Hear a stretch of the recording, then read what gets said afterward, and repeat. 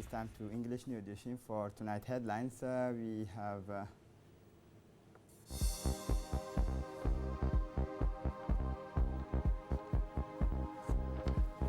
President Gille participates in the 8th summit of the EU High-Level Commission.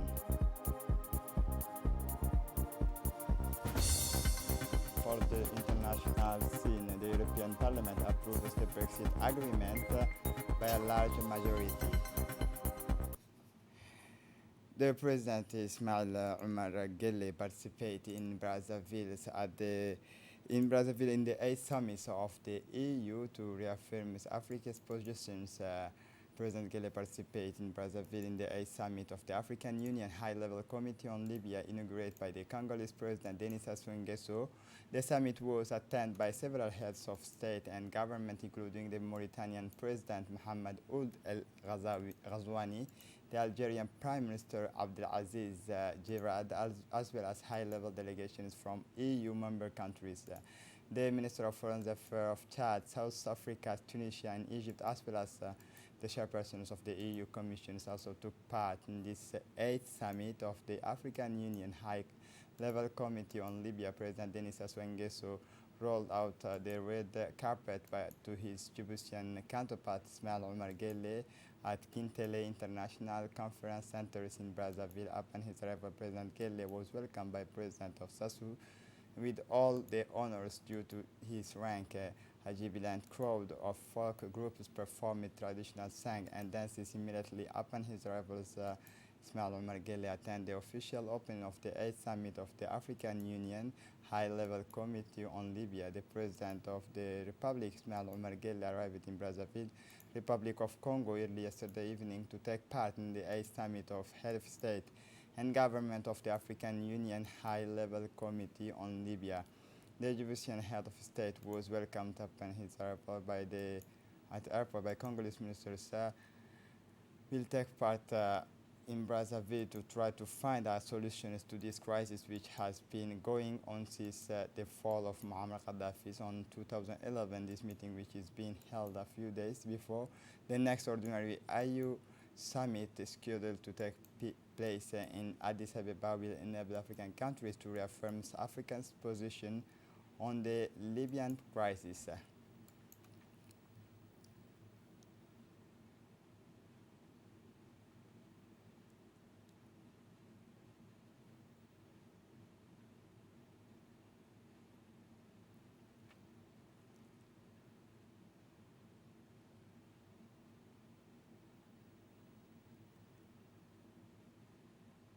Congolese President Denis Sassou Nguesso, who was the chairperson of the summit, has indicated in his speech who aim to relaunch the peace process, will also be in Brazzaville to try to find solutions to this crisis, which has been going on since the fall of Muammar Gaddafi in 2011.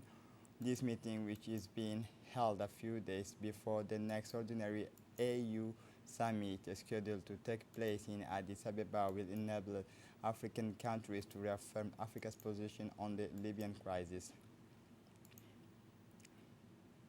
The President of the Republic, Ismail Omar Gelle, has made an important speech. Listen to him, please. Monsieur Denis Sassou Nguesso, Président de la République du Congo, Excellences, Mesdames et Messieurs, les chefs d'État et de gouvernement, Excellence, Monsieur Moussa Faki Mahamat. Excellency, Mr. Denis Sassou Nguesso, President of the Republic of Congo. Excellencies, ladies and gentlemen, heads of state and government. Your Excellency Moussa Faki Mahamat, President of the African Union Commission. Ladies and gentlemen, representatives of partners and various international organizations. Ladies and gentlemen, I would first of all like to offer my condolences to our brother, President Sassou, for the loss of a member of his family. And I should also like to extend to the President of the Republic of Congo my warmest thanks and gratitude to you, your government, and the Congolese people for the warm and friendly welcome that has been extended to me and my delegation since our arrival in your beautiful country. At the outset, I would like to commend the holding of this highly important meeting under your leadership. You have assumed this immense responsibility with humility and honor. We are convinced that your wisdom, erudition, and vast experience will enable you to shoulder the heavy burden entrusted to you by our meeting. to relaunch the peace process in Libya and to find a way out of the crisis in that border country. From the outset of the crisis in Libya, Africa has been marginalized and sidelined from any talks. It is said that nature abhors a vacuum. We, Africans, gave way to a plurality of players from outside the continent, thinking that this was a solution. It is sad, but it is a reality that we have to deal with. Nevertheless, these interventions have shown their limitations today. Worse, the crisis has only worsened, and the suffering of the Libyan people continues to this day. Mr. President, ladies and gentlemen, Africa has developed an architecture according to which African problems must be solved by Africans. That has always been our motto. However, there is one thing that is clear. The will for peace and the commitment of the Libyan parties is the driving force behind any lasting solution to restore peace, from Tripoli to Benghazi via Tobruk. It is therefore time for us to work together with the Libyan parties and the neighboring states that are also affected to find a peaceful way out of a crisis that will put an end to this infernal and tragic process. The President of the Republic has once again hammered the peace process who will be opened at Brazzaville. Listen to Dini Moussa. La vision africaine du règlement de cette crise se décline, selon nous, en 3 points. Un cessez-le-feu. In our view, the African vision for resolving this crisis can be broken down into 3 points: a ceasefire, a strict compliance with the arms embargo, and national solutions, followed by free and transparent elections. This approach is based on the principles of the protocol establishing the Peace and Security Council, in particular, the peaceful settlement of disputes and conflicts and non-interference in the interior affairs of a member state. Secondly, it is essential that we define the strategy by which we wish to implement this African position. This includes the modalities of contribution and cooperation with the United Nations, neighboring states, particularly within the framework of the Nouakchott process, and international partners. Furthermore, we need to agree on the leverage of our commitment to peace and security in order to deal with the possibility that some actors may not respect the aforementioned principles. Finally, we must adjust the institutional arrangements on the ground not only to implement the African position, but also to confirm it. To that end, the mechanism deployed must be optimal and avoid any duplication with a clear decision-making process at every level. That is, from the African Union Special Envoy to the high-level panel, the Peace and Security Council, and, finally, the Assembly of the Heads of State and the Government. Furthermore, it is imperative that the African actors deployed benefit from adequate, appropriate human financial resources and flexible mechanism within the framework of the Union's regulations. The affirmation of an African position on the Libyan crisis will not be achieved without a substantial financial cost, my dear brothers and sisters.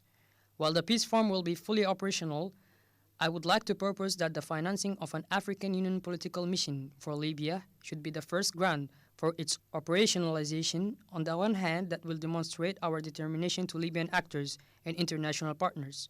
On the other hand, it would be the best illustration of our commitment to a political solution to this crisis, which affects the entire Sahelo-Sahara region. Mr. President, Excellencies, ladies and gentlemen, the world is watching us. Africa is watching us, but above all, brotherly Libyan people who are suffering are waiting for us 8 years after the outbreak of the Libyan crisis. We no longer have an excuse. We are witnessing every day the consequences and avatars of the Libyan crisis in several brotherly countries, including Mali, Burkina Faso, Niger, Chad, and Sudan. The credibility of our peace and security architecture depends on our collective will to find appropriate and effective solutions. The Minister of Foreign Affairs, Mahmoud Ali Yusuf, has made a brief statement after the meeting. The relaunch. The peace process will also be in Brazzaville to try to find solutions to this crisis, which has been going on since the fall of Muammar Gaddafi's 2011. This meeting, which is being held a few days before the next ordinary EU summit scheduled to take place in the Addis Ababa, will enable African countries to reaffirm Africa's position on the Libyan crisis, he added. Delegations of the Djiboutian parliamentary led by the President of National Assembly, Mohamed Ali Mohamed, was received in the evening on Wednesday by the President of National People's Assembly of Algeria, Slimane Chenin, in the lounge of honors of the Hotel Leiko located in the posh Ouaga 2000 district. The meeting was an opportunity for the two men to review the cooperation relation existing between the two brotherly countries and the means likely to develop then, particularly in the parliamentary file as well as prelude to the discussions. President Slimane Shenin said he was very pleased to receive the President of the Djiboutian Parliament and current President of the UPA, whom he personally wished to thank for the hospitalities and welcome extended to the Algerian delegations at the 75th sessions of the Executive Committee and the 42nd Conference of Presidents held in Djibouti. Then President Shenin said that he was also very touched by the positions of the UPA, which condemned the resolutions of the European Parliament interfering in the internal affairs of a sovereign state. Your position and your support have been appreciated at the highest level of the state, and the Algerian peoples have thanked you, said the Algerian president. For the President of the National Assembly, Mohamed Ali Mohamed, began by recalling the leading role played by Algeria in supporting African nationalist movements seeking independence. As an African and Pan-Africanist, we will always be grateful to those, he said, who help us in our quest for.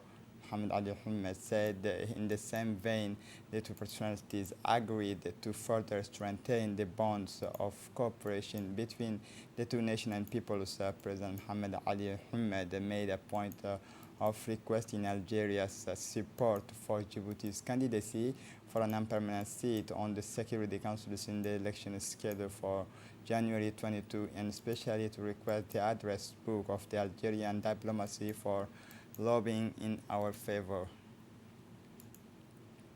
The Minister of Defense responsible for relations with Parliament, Hassan Omar Mohamed, is currently in Rome for a 4-day official working visit. During his visit, the minister is accompanied by Mr. Aid Mus'ad Yahya, Ambassador of the Republic of Djibouti to Italy, with residence in Paris, and military civilian delegations of the Djiboutian Armed Forces.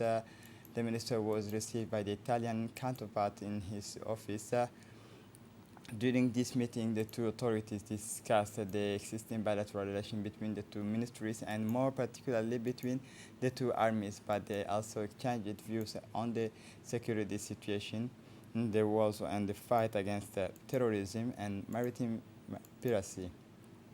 Taking advantage of the occasion, the Minister of Defense extended his sincere congratulations to Lorenzo Guerini on his recent appointment as a head of the Italian Defense Department. It should be noted that the most important moment of this meeting was the signing of the bilateral cooperation agreement in the field of defense. Hassan Omar Mohamed and his counterpart, Mr. Lorenzo Guerini. A closing ceremony of training on the various trade of the sea for 70 agents of the Djiboutian Coast Guard was held at Camp Dorale under the high patronage of Musa Mohamed Ahmed, the Minister of Equipment Transport. Upon his arrival at camp to the Coast Guard, the Minister of Equipment, accompanied by the Minister of Health, Mohamed Warsama Diriye, was warmly welcomed by Colonel Wais Omar Bogore, commanders of the Djiboutian Coast Guard. In addition to the ministerial authorities, the ceremony was also attended by high-ranking personalities of the country, such as Director General of the National Security, Hassan Saeed Khaire, the Special Chief of Staff of the President of the Republic, Commissioner Colonel Mohamed Elmi Musa, the commanders of the OCC, the commanders of the National Navy, the commanders of the logistic base of the People's Liberation Army of China, the commanders of the seaport base of Japan, and the commanders of the seaport base of Italy. The ceremony ended with the presentations of the bread and certificate by the different civil military authorities who honored with their presence the different Coast Guard trainees who distinguished themselves by their work during the training period.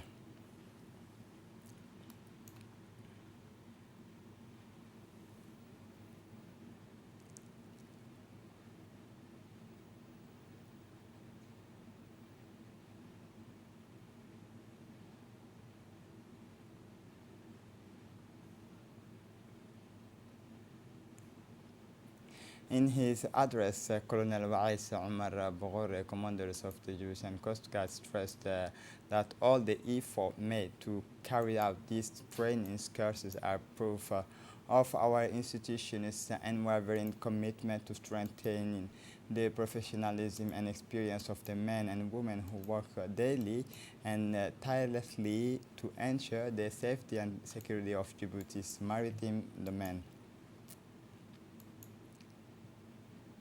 The military school, President Guled of Holhol, hosted Thursday graduation ceremony for 200 trainees, men and women, different level. This colorful ceremony, presided over by General Zakaria Sheikh Ibrahim, the chief of, was attended by senior officials of the Egyptian Armed Forces. Among the civilian authorities, the sub-prefect of Holhol, the president of the regional council of Holhol, located elected official, and elders took part in this ceremony. On the military side, let us know the presence of Major General Hassan Ali Kamil, advisor to SIMGA, and Colonel Wais Omar Boghore, commanders of the Coast Guard. This graduation ceremony consists of 4 different courses, degree military certificate composed of the certificate for women. This training results is respective certificate. A total of 213 soldiers were trained in the Taos soldering trade over a period of 4.5 months.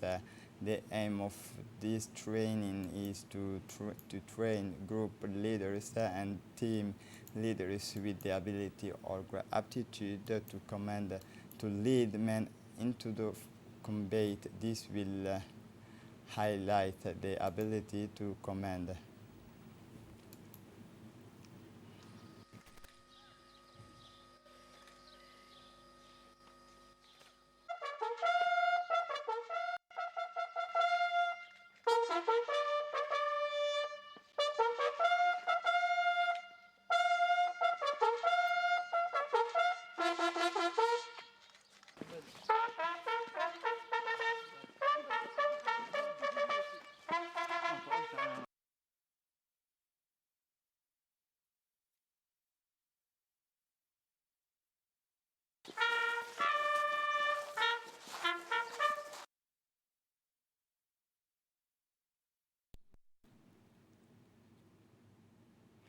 Colonel Mohammed Jama, commanding officers of the President Guled Military School in Holhol on the occasions of the award ceremony for the winners. In addition, all the trainees and their supervisor, including the regions, held a vigil of arms around the national flag. This nocturnal activities is an integral part of the ceremony. After all trainings, it allows a retrospective look back on the reason for being soldier worthy of wearing to the uniform. At the end, General Zakaria Sheikh Ibrahim rewarded the best trainees and congratulated them for the excellent results made.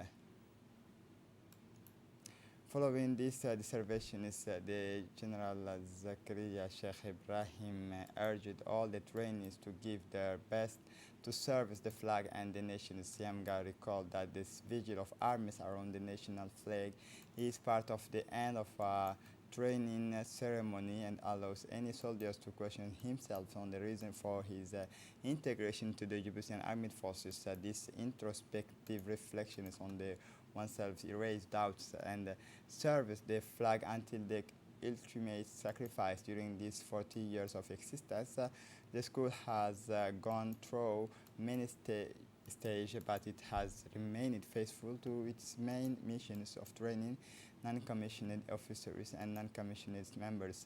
But congratulate the school commanders, his staff, and all the trainees for the progress achieved.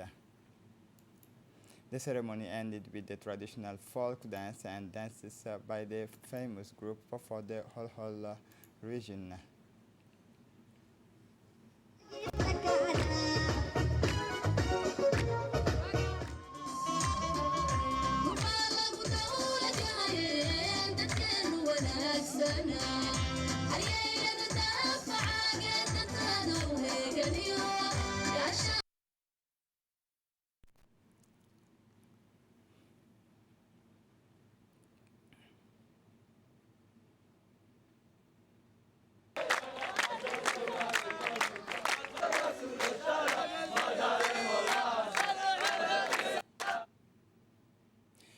Following the sudden disappearance of the late Ismail Abtidon Yunis, the Minister of Communication in charge of Postal Communication, Radwan Abdullahi Bahdon, sends his sad condolence to his family and the loved ones. The late Ismail Abtidon was a prominent figure in the world of press. He was known for his kindness and generosity to others. May the Most High welcome him into the eternal paradise. In addition, the National Commission's communication return mourns the death of its commissioner, the late Ismail Abtidon Yunis, who died in the aftermath of yesterday following a cardiac arrest. A journalist who was well known and much loved by Djiboutians. The late lamented journalist was a passionate communicator. He has just learned with great sadness of the death of the late Ismail Abtidon Yunis last night at Peltier Hospital, former member of the National Assembly, and for many years a journalist with the Somali sections of Djibouti's radio television station. The Minister of Communication in charge of postal communication, Radwan Abdullahi Bahdon, addressed a message of condolence to the family of the deceased, as well as the Minister Delegate in charge of decentralization, Hamadou Mohamed Aramis, the National Communication Commission, the management of and staff of RTD, the national press, and the various media addressed their message of condolence to the family of the deceased and his relatives. Let us recall that Ismail Abtidon Yunis, very well known to Djiboutians, was a journalist at RTD for almost 30 years. He began his career in 1981 until in 2008, the year he was elected to the National Assembly. During his long career, Ismail Abtidon Yunis has hosted many programs that are very popular with the Djiboutian public, including Radio Sahan, a weekly radio programs, and Mahaka Runa, co-produced by former journalists Abubakar Musa, to name but a few. Ismail Abtidon devoted his whole life to journalism, a profession which was his passion. Through all his work, Ismail Abtidon has always placed the general interest of the nation above all partisan and personal quarrels. Ismail Abtidon, who was currently advisor to the Minister of Communication, will leave us with the images of a talented journalist who served his nation with the abnegation for a long time. The news of his disappearance was harshly felt by all the bodies of the Djiboutian print and broadcast media, which paid tribute to his memory and gathered in front of his remains. The deceased is to bury tonight. May God welcome him to his own vast paradise. Inna lillah wa inna ilayhi raji'un. The late Ahmed Merito was reminded of his creators after the deadly illness and hospitalizations at the hospital. Was born in 1958. The late Ahmed Merito leaves a widow and several children. He was one of the first pilot recruited just before independence to take over from French pilots. He has been professional with unfailing contribute of the success, the service consequently of the port's activity with the sections. Inna lillahi wa inna ilayhi raji'un. For the international scene, on Wednesday, the January 29 January approved the Brexit agreement by 621 vote, 49 vote against, and 13 abstained. This was the last major step before ratifications of the agreement, 3.5 years after the referendum on Brexit in the UK. All that remains now in for the procedures to be adopted by the Council member state. On Thursday, following the vote, members of the European Parliament held hands and sang a Scottish farewell song, "We will always love you and we will never be far away," promised the European Commissioner President Ursula von der Leyen to British members' parliament during a final round of debate. "We will miss you," she assured. The Food and Agriculture Organizations of the United Nations, FAO, has sounded the alarm over the increase in the number of locusts in the Horn of Africa, according to a UN statement, adding to They pose an extremely worrying and unprecedented threat to food security and livelihood in the region. Is according to FAO's latest locust update, the current situation could worsen as the new breeding wave will amplify the locust outbreak in Ethiopia, Kenya, Somalia, Uganda, and southern Sudan are at risk, and new swarms are also being formed in Eritrea, Sudan, Saudi Arabia, and Yemen. These locust swarms have started to lay their eggs, and a new breeding wave will lead to an increase in locust members, said Keith Christmas of our senior locust forecast officers. This is it for the news. Thanks for watching us.